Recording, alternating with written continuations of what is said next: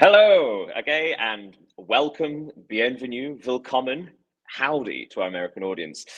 This brings us to the end of the second round of matches in the group stage of the Club World Cup, and you are joining us live on VAR and Espresso. With me, we have the indomitable 𝐊𝐤𝐤.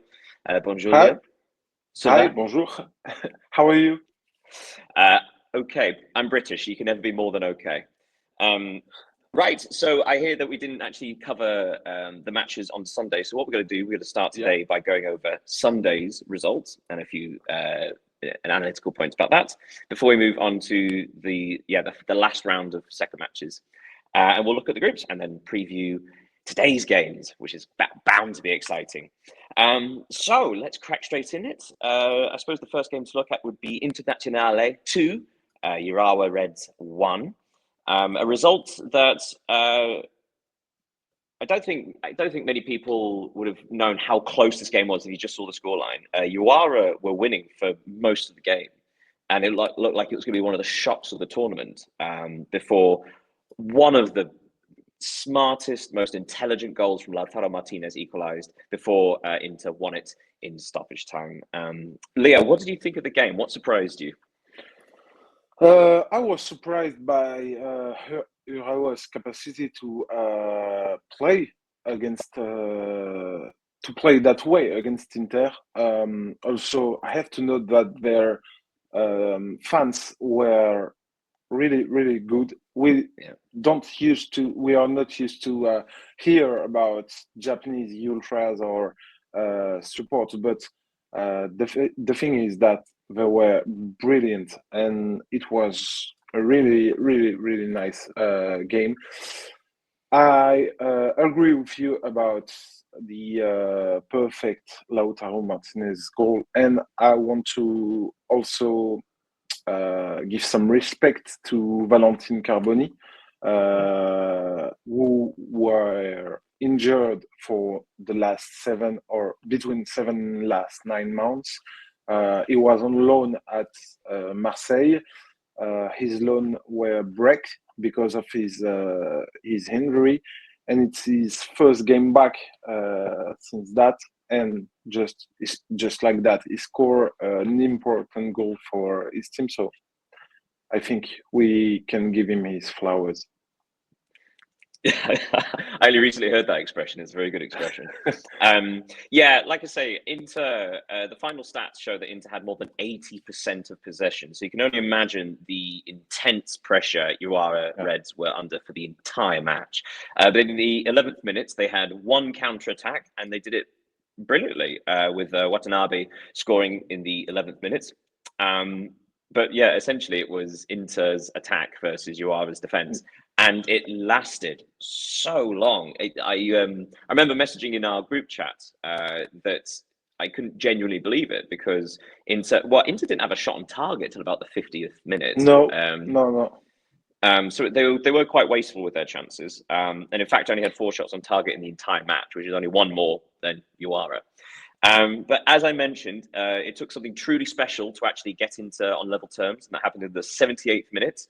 A corner, Barrella's corner, and Lautaro Martinez. Would you describe the finish? I mean, it was quite a special goal. Yeah, it made me think about in another dimension and another context, and about Gareth Bale's goal in Champions League final.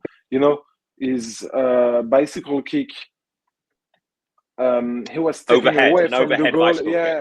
Yeah, he was stepping away from the goal.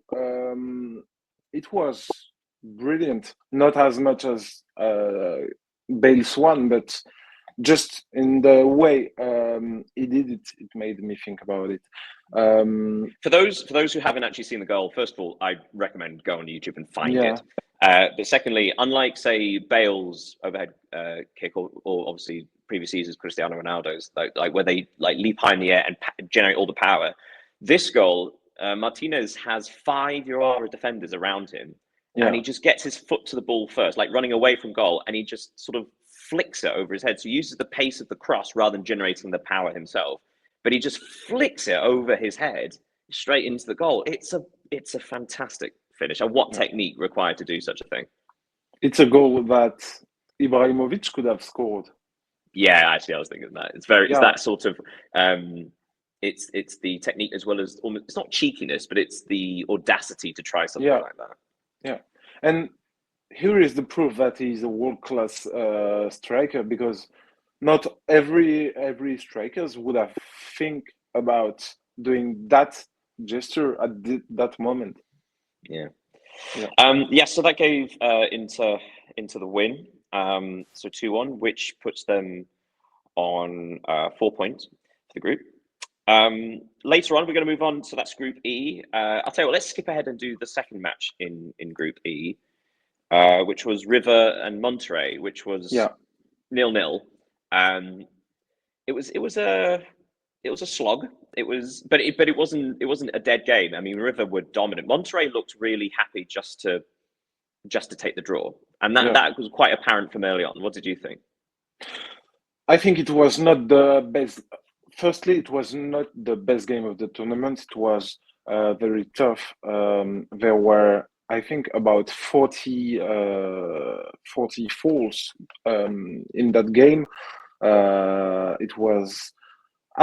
We talked about it, about the fact that Monterrey used to win or draw the game like with one goal, or it wasn't a very attractive game, and it was another proof of that point you were saying last week. River didn't have the possession of the ball, but they get the main occasions. They were the most threatening team, I think. They shoot 18 times on the goals, but it was not efficient goal shots. So, yeah, I think the 0-0 is well paid for Monterrey. Yeah, and also we should point out it was quite a stop-start game. A lot of fouls. There were 10 yellow cards, 5 for each team, and including two for Castaño for River. But I mean, there's not much we could probably take from this game. Like I say, it was quite a slog, quite an effort. But it does leave Group E delicately balanced, because River are currently top with 4 points. Inter are second with 4 points, with a smaller, lesser goal difference. Monterrey are third with 2 points, and 𝐊𝐤𝐜𝐤 Reds have 0 points and are eliminated. So when we get to the final matches, even though Monterrey are third, you might say that they could be favourites to progress, because they've faced both Inter and River, the two most difficult teams, or ranked the most difficult teams in the group, and they haven't lost. They have 2 points. So if they beat the weakest team in the group, 𝐊𝐤𝐜𝐤 Reds, they're through to the next round. And obviously with Inter and River playing, it's gonna be interesting. I think too. Right, let's go to Group F. So what did we say it was Group F? We said it was Sundowns, possibly the match of the tournament so far. Most entertaining game of the tournament so far, maybe. Mamelodi Sundowns 3, Borussia Dortmund 4. This was before we came on air, I was talking to you about how much I'm enjoying the Mamelodi Sundowns, and in our preview I highlighted that they're more of an attacking unit than a defending one, and the hope that that could get them through to the next round. Obviously they won their first game. They won their first game against Ulsan HD, which of course gives them a chance of progressing.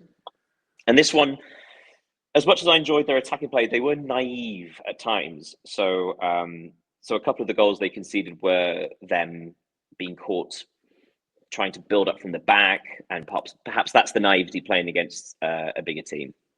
What did you think of this match? It was quite entertaining, to be honest. I didn't think Sundowns capable of striking free against Borussia Dortmund. The difference on the paper were just too big. So it was a good surprise. I really enjoyed Allende's performance in the midfield of Mamelodi. Mhm. We also saw Jude Bellingham scoring his first goal with Dortmund. So it confirms that he's a good player. He has everything it takes to play in a big club. He's capable of playing with both feet, both foot. He left me a good impression. Also, 𝐊𝐤𝐤 keeps scoring. It's impressive, but not a surprise after his superb season. You were talking about on the first episode or second. You were talking about Lucas Ribeiro of Mamelodi, and he scored. The first goal was wonderful, wasn't it? It's very similar to Montiel's goal, actually. In the first round, so that the sort of stealing the ball just like 5 yards ahead of the last defender, and then again sort of the next touch taking him away from a diving last ditch tackle, and just having the pace and the composure to then finish that chance. It was an excellent goal. Yeah, it's the kind of goal scored by what I like to call a positive striker or a positive forward. It just wants to find the back of the net.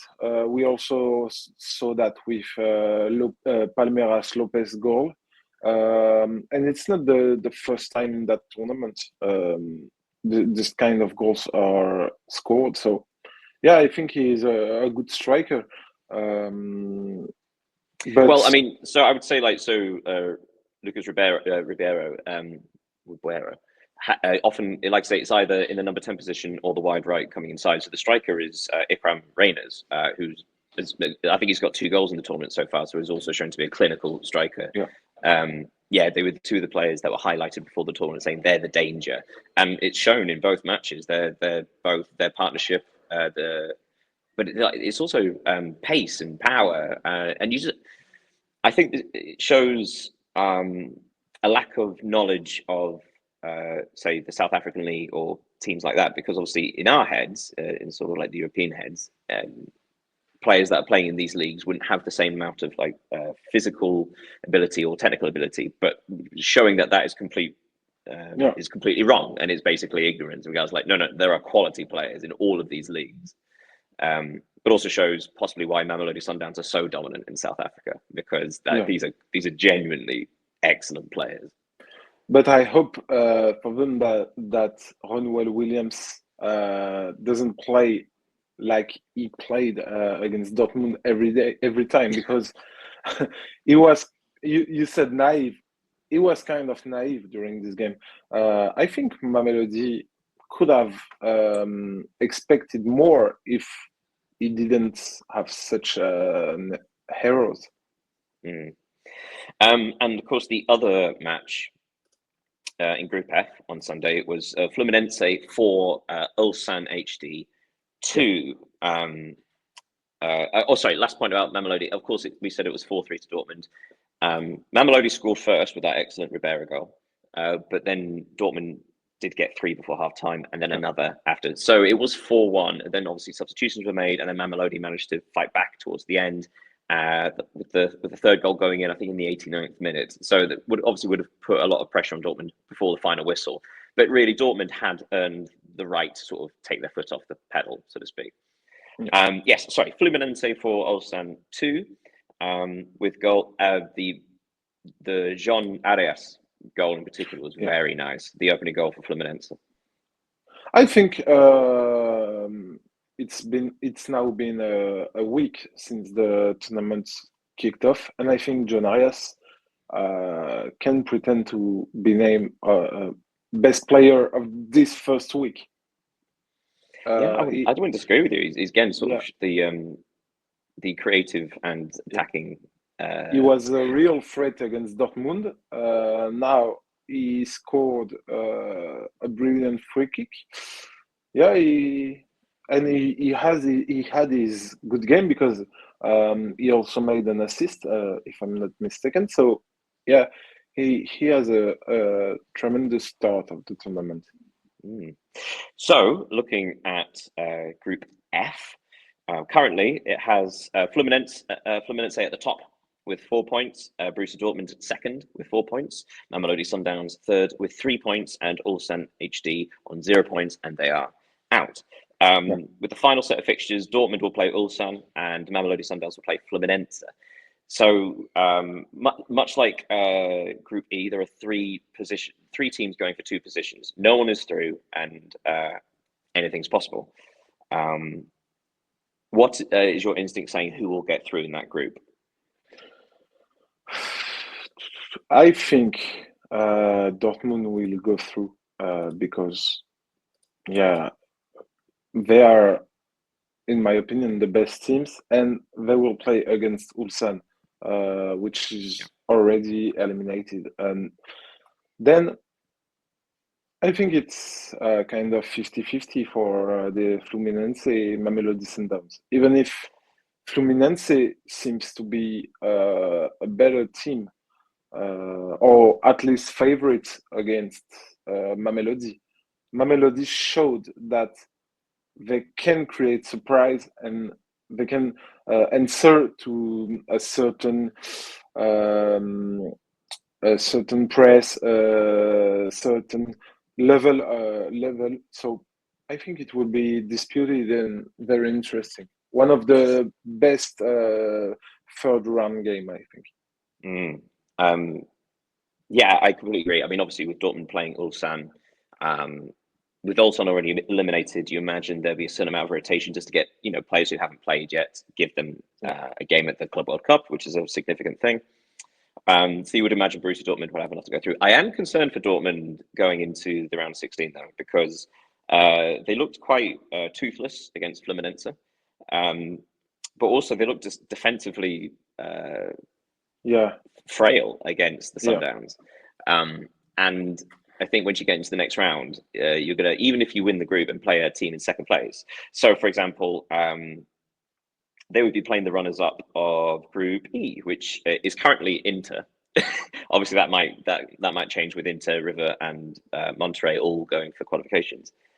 But you get the feeling that Borussia Dortmund would be in trouble against Inter or River. Like River Plates have shown themselves to be quite dangerous attacking wise.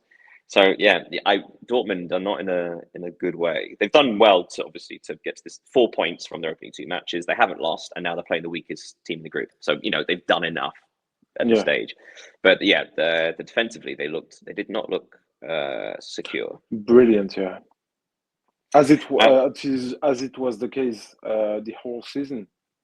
Actually, that's a very good point. Despite having 2 managers, actually the same issue. Even remained. if it was better in the second part of the season, the first was kind of nightmare.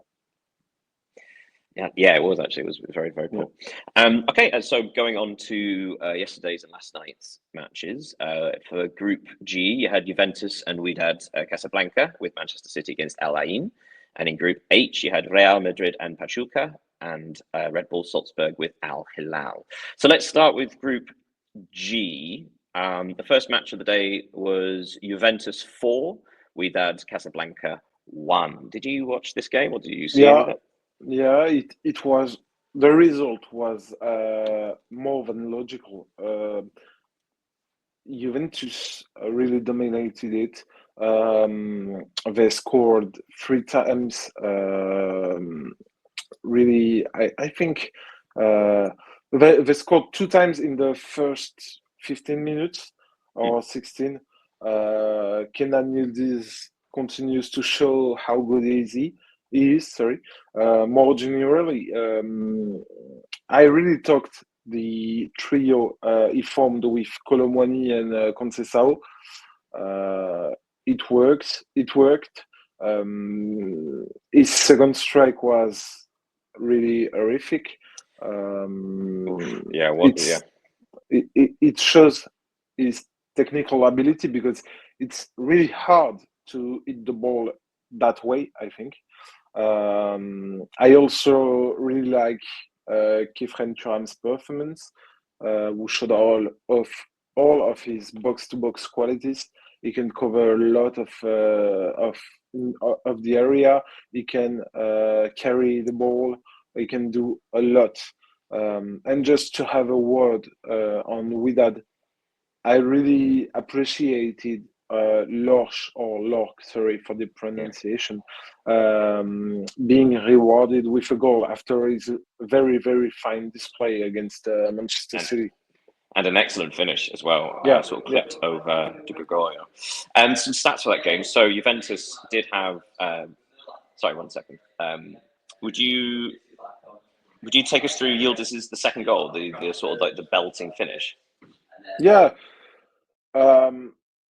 I think it's instinctive for a player to hit the ball like that, because he hit it with the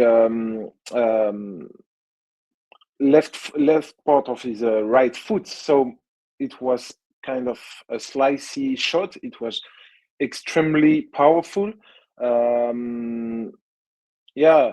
He's kind of, but last season he's shown at Juventus. He was one of the main players. He's just 20, one of Turkish gems with Arda Güler of Real Madrid. Yeah, his progression is really, really good. Yeah, sorry, there was noise in the background, hence why no I thought I'd jump. Okay, yes, so some statistics for that match. So Juventus did have 63% possession, but they only had 9 shots to Widad's 15. So actually, Widad were making an effort, and they were actually getting places, but they weren't creating anything that clear cut apart from the goal, really.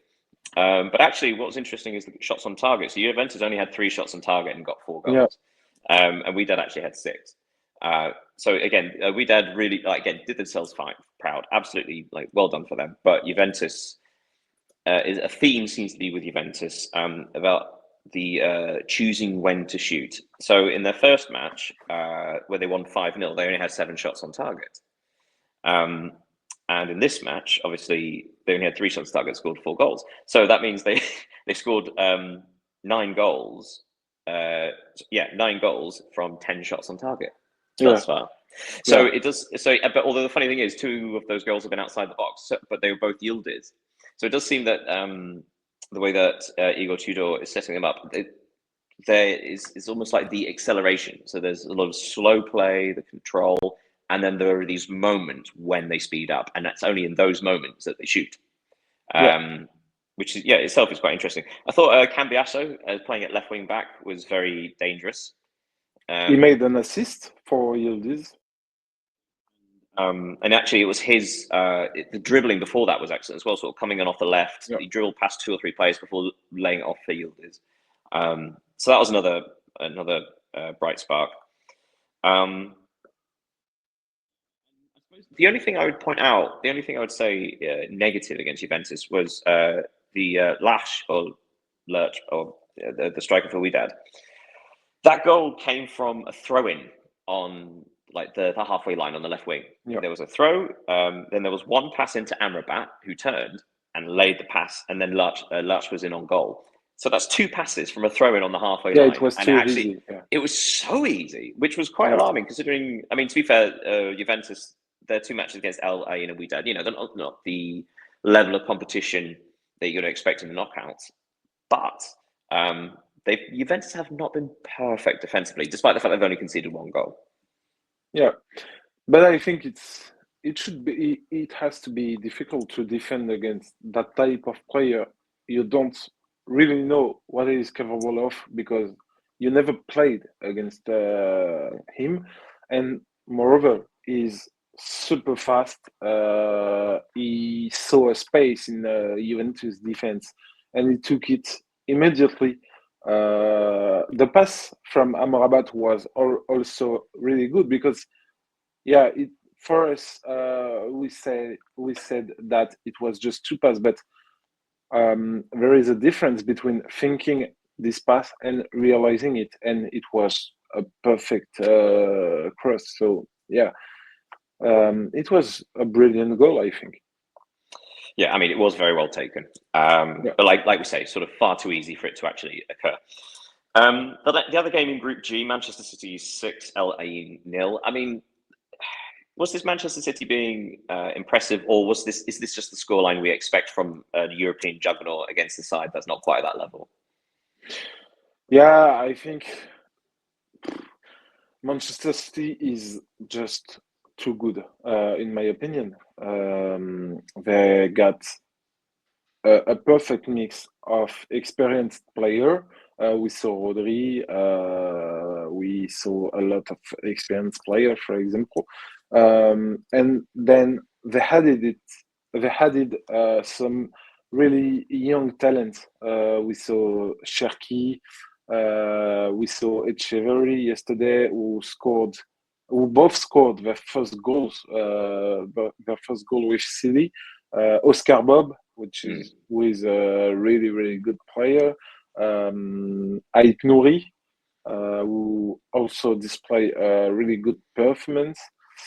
It was a total attack and defense game, with City completing 89% of the passes in the opponent's last third, final third of the area. So yeah, it was domination. And just I'm going to jump in. Just going to jump in quickly. Yeah. So, element of fortune about. So they were leading 3-0 at half time, but the opening goal, Gundogan, in the 8th minute, it was probably a cross as opposed to a shot. So it was like a clipped cross to the back post, which may have been headed in anyway, but it did go straight in. The second goal, the 𝐊𝐤𝐤𝐤 in the 27th minute, was a brilliant free kick. Yeah. And then Haaland scored in the 5th minute stoppage time from the penalty spot. So the 3 goals against LA, and one was a bit fortuitous, and then the others were set pieces. So it wasn't as if Man City had carved them apart. I mean, obviously they were dominant throughout the whole match. They had 74% possession, 21 shots to 𝐊𝐤𝐤𝐤's 5, 11 shots on target to 𝐊𝐤𝐤𝐤's 1. So they were absolutely dominant, no doubt about that. But I'm just saying, like, before half time, it did take a bit of fortune for them to have that lead. Yeah, but the thing is that if they had a penalty, it's because they were in the opposite box too. So yeah, that's true. They to have a penalty, you have to create. A penalty isn't given; it is created. I think because it means that you are in the last third of your opponent's part of the ground. So yeah, it was.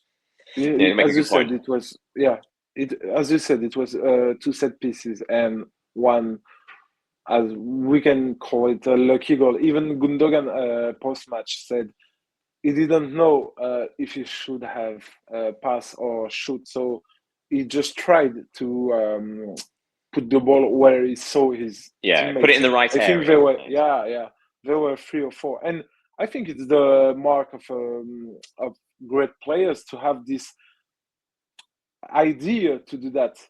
It can seem pretty basic for us, but with the intensity of a game, it demands a lot of IQ, I think.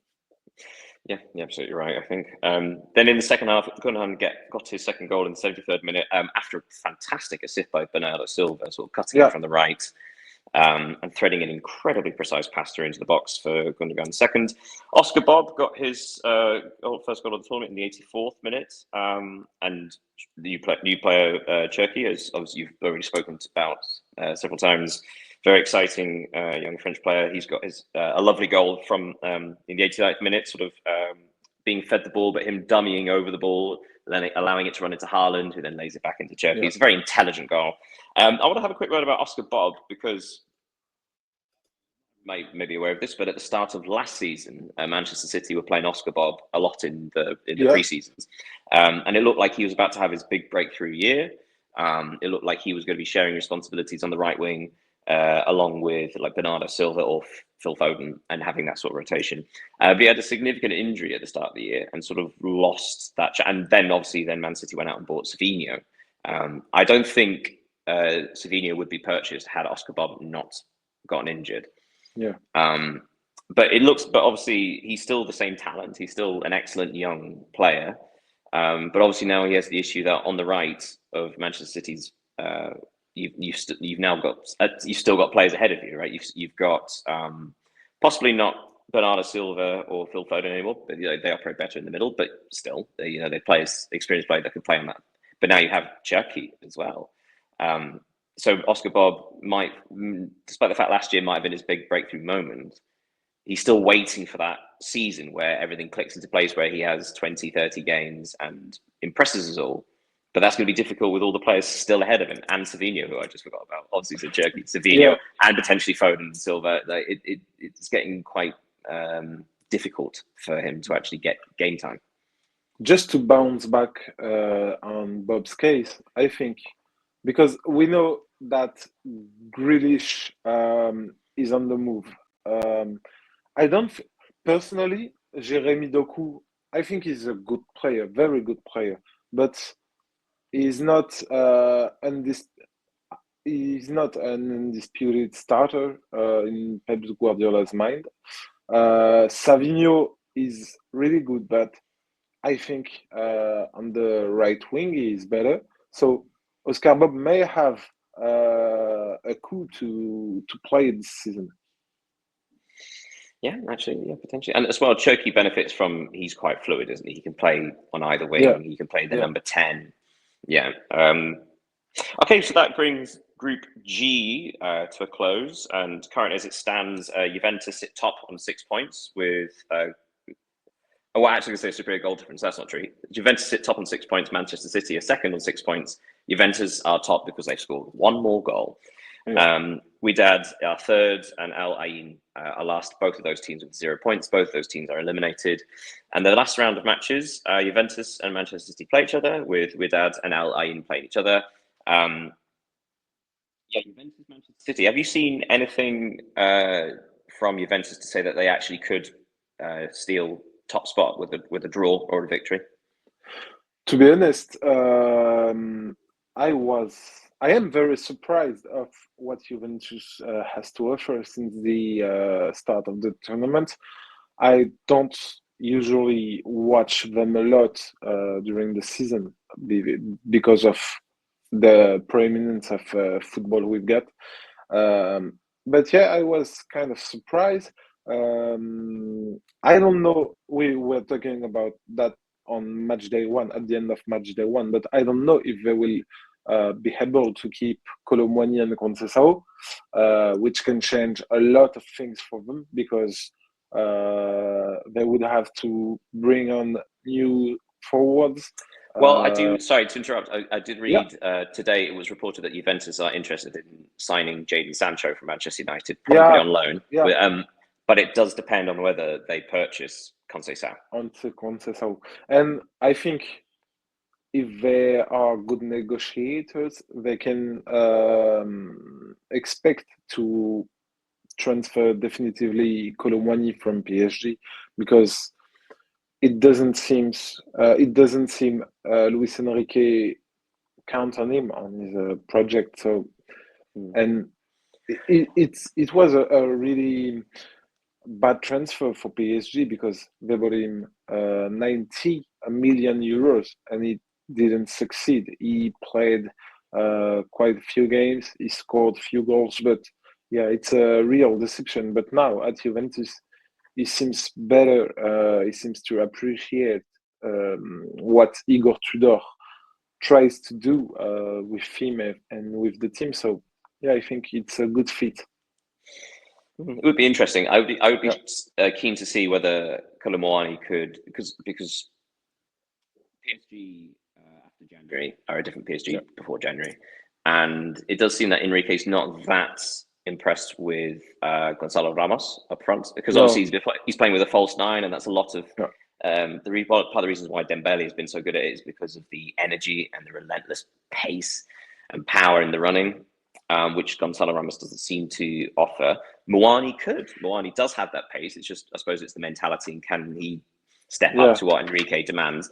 But that'll be quite interesting to see if he can make that, because he's still relatively young. He still has a lot of quality, clearly. So let's move on to Group H. The first match of Group H: Real Madrid 3, Pachuca 1.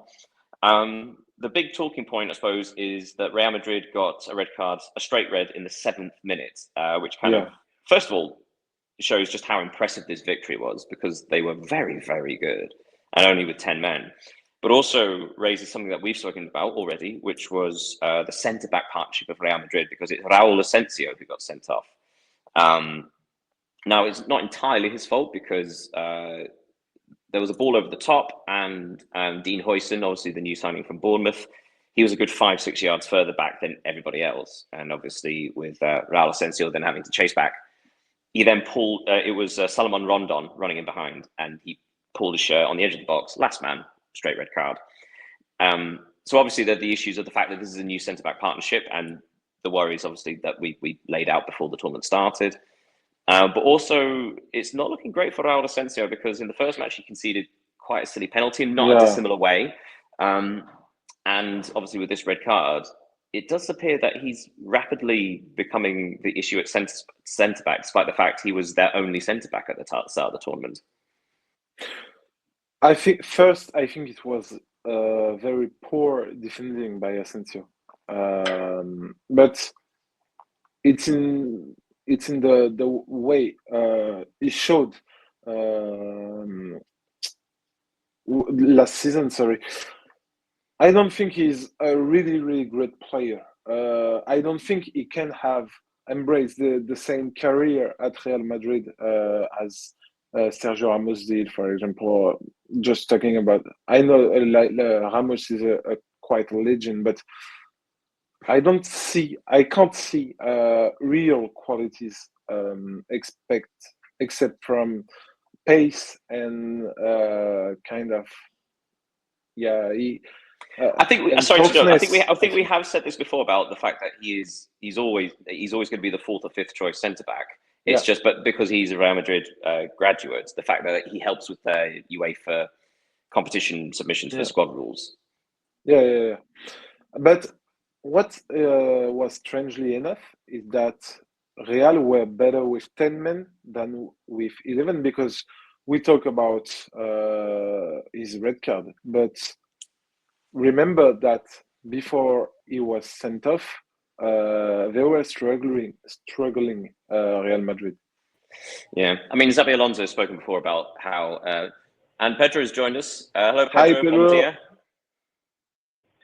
Hello, good afternoon, guys. I hope everything is fine. Yes. We're just talking about the Real Madrid Pachuca game. We've only just gone on to it. Yes. So you're absolutely right. I mean, obviously, it was only 7 minutes in that the red card happened, so obviously it was only a few minutes they were struggling. But Xabi Alonso spoke about the difficulty of having to. Before the first match, I think it was reported he only had 3 training sessions with them. So this is this is still very early stages. It's going to be quite clunky and difficult. But what was interesting was the tactical shift. So after the red card, 𝐊𝐤𝐜𝐤's then sort of dropped back into centre back, but they sort of played a 4-2-1-2 or 4-3-1-1. So Vinicius Junior sort of being the floating player, sometimes with 𝐊𝐤𝐜𝐤 on the other side, and Gonzalo Garcia sort of being the only focal point. But even he was sort of dropping back as a false 9. So it was like they were trying to compact the space as much as possible, because then they could release these balls over the top for Vinicius Junior to run onto. So the first goal, Bellingham, that was a good goal, wasn't it? So that was some really good work. Fran Garcia played the ball into the left-hand side of the box. Bellingham. This is why I say like the 4-2-1-2 or the 4-3-1-1, because it relied on these the midfielders charging into the box to support, and that was kind of the case for all 3 goals. It was midfielders joining the attack and actually timing the runs perfectly. So in this case, Bellingham. What did you think? It was a good goal? Did you think it was just? I think Bellingham will be back at the front of Real Madrid attack with Xabi Alonso, as he did last season or 2 seasons ago. I say last season, but the season isn't closed, so yeah, you understood. Yeah, it's a great. The first season he was at Real Madrid. Yeah, I think. I see what you mean, but it's quite interesting because obviously in that season Bellingham was the sort of like the again almost like a false 9, sort of dropping back. But then either side you had Vinny Jr., but you also had Rodrigo on the other side, who seems to always be played on the right, even though he's a left winger. But now, of course, you have Mbappe as well, not currently because he's only just been discharged from hospital. But moving forward, do you think that would work? Because that would rely on Vinicius Jr. or Mbappe being the right-hand side of Bellingham. Yeah, but I think when you see Mbappe plays, you can see that he dropped back on the field. So when he drops back on the field and Bellingham go ahead, maybe it can work. But I don't think if Mbappe holds his position as a pure 9, it will work, because they will do like Mbappe and Vinicius often did this season. They will be too close to be efficient. Well, the second goal, I'll be honest, the second goal was actually one of my favourite goals of the tournament. Again, considering Real Madrid had to pick their moments when to really attack. So it comes from Vinicius Jr. sort of dropping into the space just outside the centre circle, and then switching play to the right wing where Trent Alexander-Arnold has bombed forwards. And his first time pass into the path of 𝐊𝐤𝐤 was perfect. And of course, then Garcia then played a first time pass into the path of 𝐊𝐤𝐤. So you had this wonderful thing of one pass from Vinicius Jr., and then first time pass from Trent Alexander-Arnold into the middle, and then a first time pass from 𝐊𝐤𝐤 into the path of 𝐊𝐤𝐤. So it was this incredible passage. It was like 1-1-1, and then suddenly 𝐊𝐤𝐤 is 1-on-1 with the goalkeeper, and it was a great finish. Yeah, I think the quality of the 3 Real Madrid goals deserves a special mention.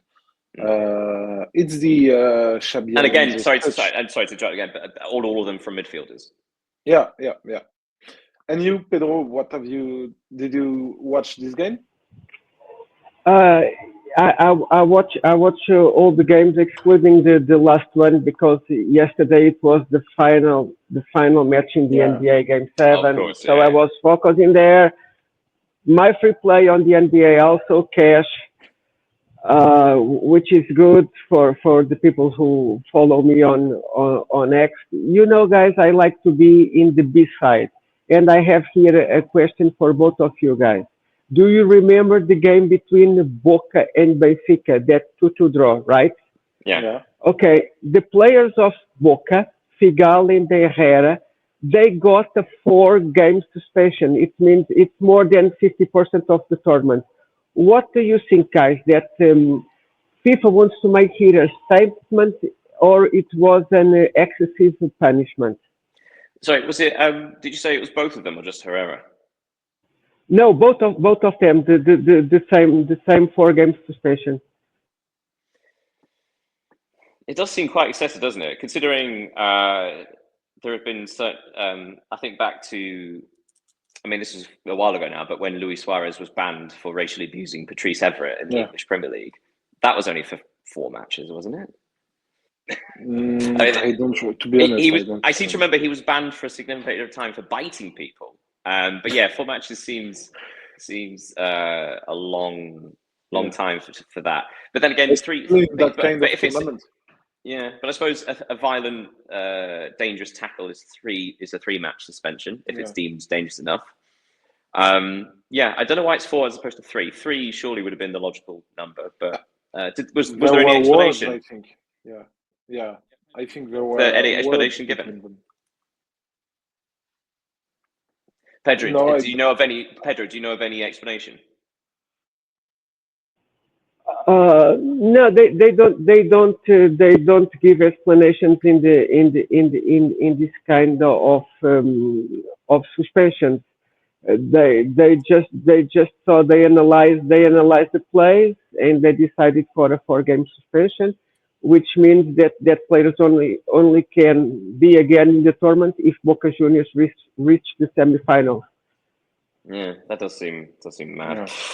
Okay, well, we got Real Madrid, and the last match we've yet to cover is Red Bull Salzburg 0, 𝐊𝐤𝐤 0. Now, obviously, if I can just add something on Real Madrid, is that I really liked Gonzalo Garcia's performance yesterday. It was mature, wasn't it? Yeah. now since the start of the tournament. He proved decisive twice in 2 starts, made the most of the opportunities given by Xabi Alonso.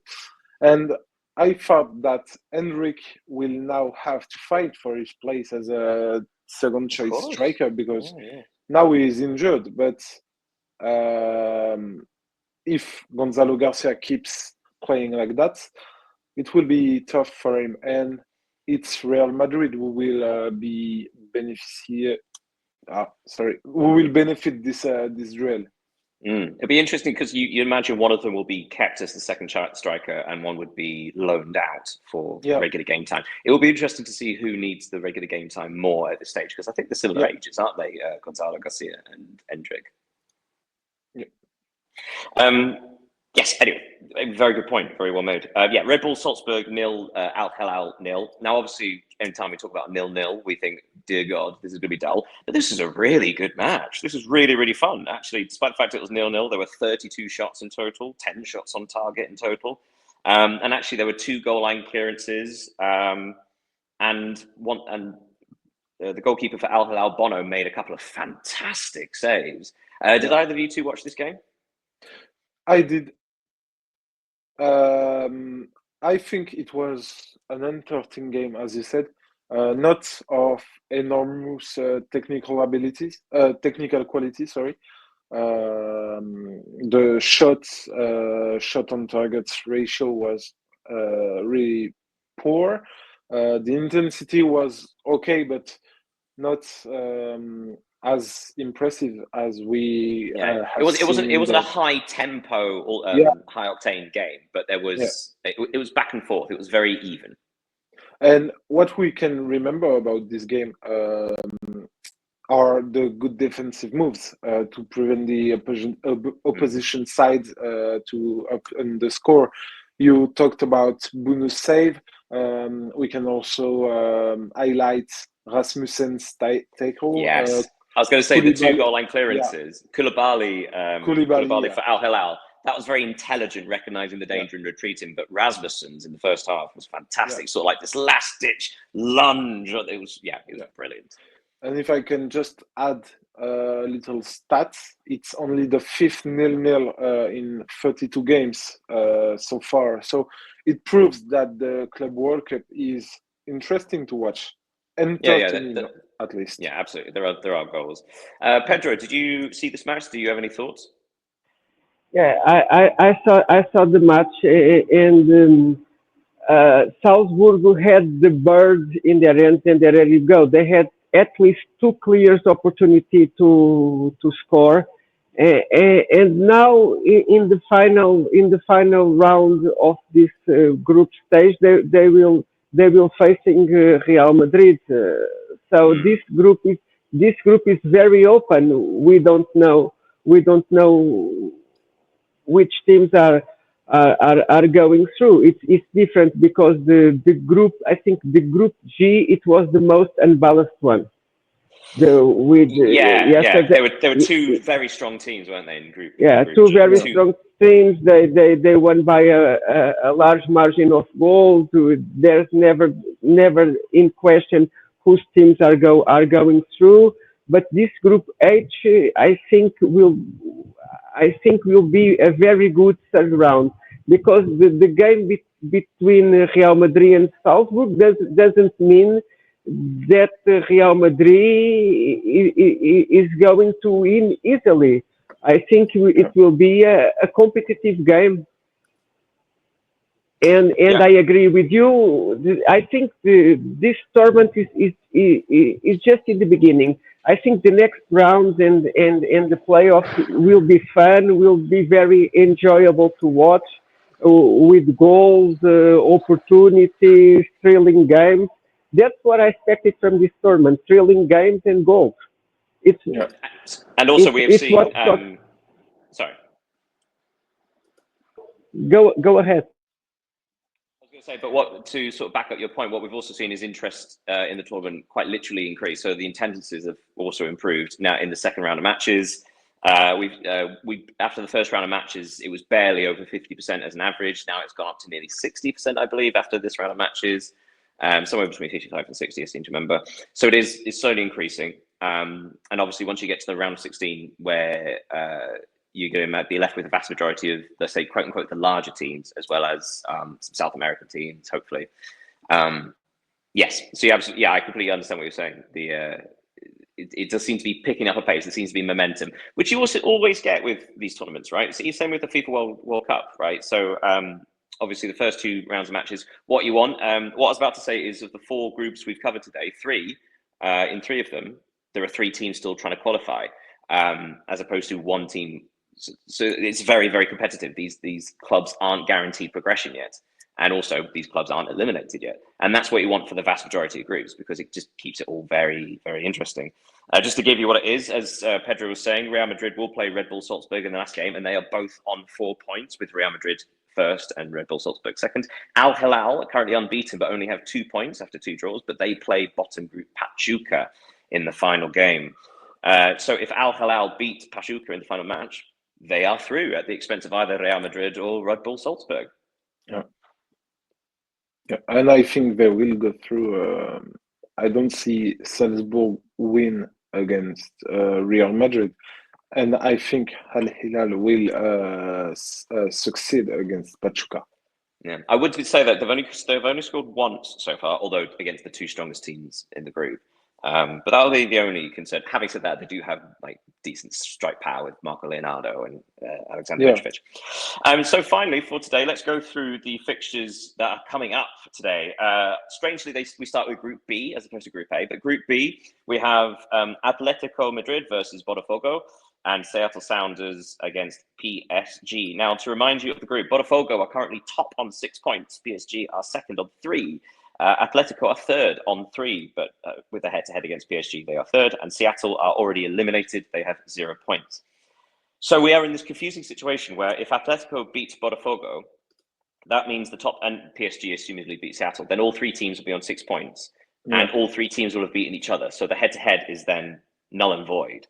And then what you're going for is goal difference between those teams. And if they're the same, it's then goal difference in the group. It's very, very complicated. But I think I've worked out that if Atletico beats Botafogo by two clear goals, they will go through at Botafogo's expense. Assuming PSG beat Seattle. But that does mean that Botafogo, all they need to do to qualify is not lose by 2 goals or more. So if they lose by 1, they go through ahead of Atletico. If they draw, they go through as group winners, which would be an amazing achievement. And actually, and richly deserved. You don't beat PSG and get knocked out. I think that should be a rule. And Luis Enrique said that Botafogo was the best defending teams he encountered during the season. Yeah. So in League One or the Champions League, he said. And I think he would have preferred not to have to play a crunch game against the Sounders, but from what I've read, this morning, it's not going to stop him to rotate his squad. Hakimi will not play, I presume. Pacho and Gfara either. So he will make some changes, because I think PSG is better than Sounders, even if Seattle showed that they can compete in the Club World Cup. But I don't have a lot of doubts concerning the fact that PSG is going to win this game. Pedro, so putting you on the spot, who do you think is going through in this group? Which 2 teams do you think will go through in this group? PSG and Botafogo, for me, have real chances to go through. I'm pleased with the performance they show in the previous matches. I think Botafogo has strength enough to qualify. I believe these are the strongest teams. If you give me opportunity just to talk a little bit about the under 21 tournaments, I don't want to blow out your alignment. Should I talk now or in the next opportunity? Let's pick up quickly at the end, if that's all right. So let's just finish the groups, all and right. then we'll have a quick mention of the under-21s, because of course that's really interesting as well at the second. Okay, Leo, give us your opinion about this group, PSG group. I think you're right. Botafogo and PSG will qualify. I really hope you both are right. I want Botafogo to go through. There's a part of my head that thinks there's going to be sort of a couple of surprises here and there, and there's a part of me that Atletico historically have been complete. There's a rude word, but it's in like how they used to play. Sort of like they used to get enough done. They would drag you down to their level. They play nasty and just find a way quite often. And I have a horrible feeling that they're going to win 2-0 and they'll go through in second place and PSG will be first. I hope I'm wrong. Yeah. I've just got that feeling in the back of my head. It's like they'll sort of just find a way. But yes, honestly, I want Botafogo to go through as well. But I have a bad feeling. And the last games are Group A, strangely, and they will be Inter Miami versus Palmeiras, who are the top two in Group A, and then Porto versus 𝐊𝐤𝐜𝐤, who are third and fourth. Now, the way this group works, obviously, because if it goes to head-to-head, obviously, whoever wins between Palmeiras and Inter Miami will win the group. If it's a draw, they will both go through as they are. But obviously, because Inter Miami beats Porto, that means if Porto beats 𝐊𝐤𝐜𝐤, then they won't finish ahead of Inter Miami, regardless of what happens. But they could jump Palmeiras. So it's quite strange. So actually, both matches have stuff riding on them. But it does depend who beats who about who will then leapfrog. Does that make sense? Yeah. And I think, in my opinion, the standings will not move tonight. Palmeiras and Inter Miami will draw, and Porto is going to beat 𝐊𝐤𝐜𝐤, or draw, because 𝐊𝐤𝐜𝐤 are a proud team, so they will want to finish the best way their tournament. I would say personally, I would agree, but also I think Porto will beat 𝐊𝐤𝐜𝐤, but that means they can't go ahead of Inter Miami. So that relies on Inter Miami beating Palmeiras, and I just don't see that happening. I think Palmeiras will win and Porto will win, which means Palmeiras and Inter Miami will go through. That's my opinion. Pedro, who do you think will go through this group? Today in the Portuguese newspapers, the headlines were: if Porto doesn't win, the franchise will dismiss the coach. This is it. This is it for Porto. They are fighting for. But actually, Pedro, you said a few days ago that you were wondering why we were considering Porto among the strongest teams of the tournament, because you were saying that they have been completely underwhelming this year, and this entirely backs up what you were saying. Yes. I told in a better perspective that faith Porto, it was the right call to make money. Simple as that. And Porto shows nothing till now. And I think they will play for their own prestige and for the fans I think this time they will bring the victory. And of course that Palmeiras have everything on his pocket. They don't need to make any calculation, and I agree with you guys that the Palmeiras and Inter Miami are the teams who are going to be qualified. Okay, great. Which would be a surprise. Or in itself, yeah, absolutely. It would be. Yeah. Well, I mean, and also I think it's very important what we see with sort of international tournaments, and particularly the World Cup, when the host nation goes through. It's a much more interesting tournament. So having an American side in the next round would be great. I don't think they'll get any further, but it just increases interest. We never doubt about the fact that Palmeiras were going to go through, but nobody would have bet on Inter Miami, I think. No, I completely agree. Before we get off then, quick note on the under-21s. There was a really surprising result, I believe. Portugal under-21s against the Netherlands under-21s. Pedro, do you want to say something about that? Because there was an early red card, and actually the team with the red card won. Yeah, yes, very quickly. If in this under-21 tournament, I have a disappointment and a surprise.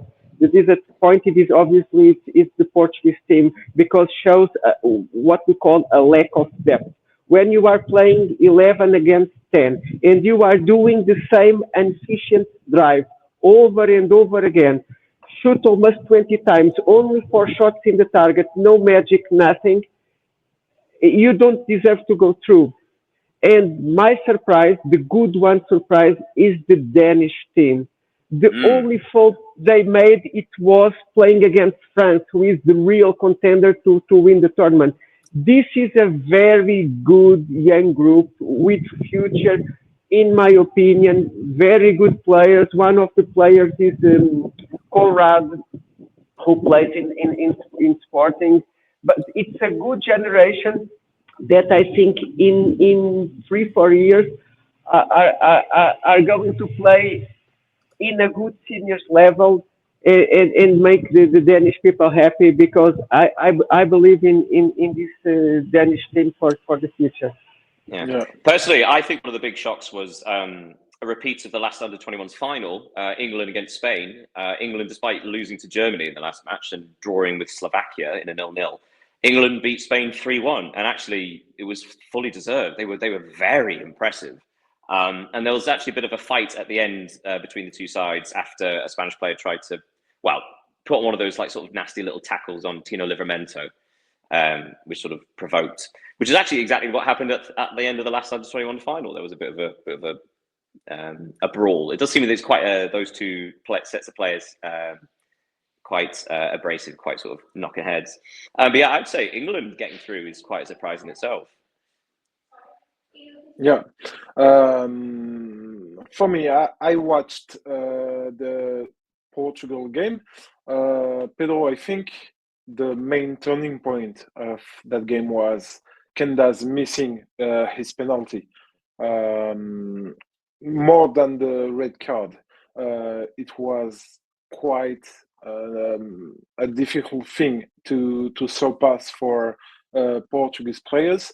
Although I think Netherlands could have been handed a second red card because the tackle at the beginning of this penalty was kind of hard. And I can bet that if Van Bommel hadn't been excluded a few minutes ago, Rensch would have been two. Yeah, I get that point. Yeah. And if I can just say a word on the France-Denmark game, I was really impressed with France' resilience because they scored a goal disallowed by VAR. They got a counter stopped by the referee for a reason we ignore. So it was contrary elements, but they've shown that they are a good team, a very good team, and not just individualities. Really a group of friends who play football. And concerning Denmark, I just want to note that I appreciated 𝐊𝐤𝐤𝐜𝐤, the striker. Yeah, the Newcastle striker. Yeah, which is physically an imposing player. He's powerful. He's a real poison for opposing defenders. And more to that, he's the prototypical striker that Denmark has been producing for years now. He's in the vein of Øyvind Poulsen, Mika Biret, or Kasper Dolberg. Right, I'm afraid I actually have to finish here. But is there anything else either of you two have to say before we end this live stream? It's okay. For me, I think we said... And that's perfect timing. Thank you so much for joining us, Leo. Thank you so much, Pedro. Obrigado. Merci to both of you. Thank you all for watching. Make sure you look out for our socials, to follow, to subscribe, all of those things. And we'll see you tomorrow once Group A and B have been completed. We'll see you then. Goodbye, everybody. Yeah.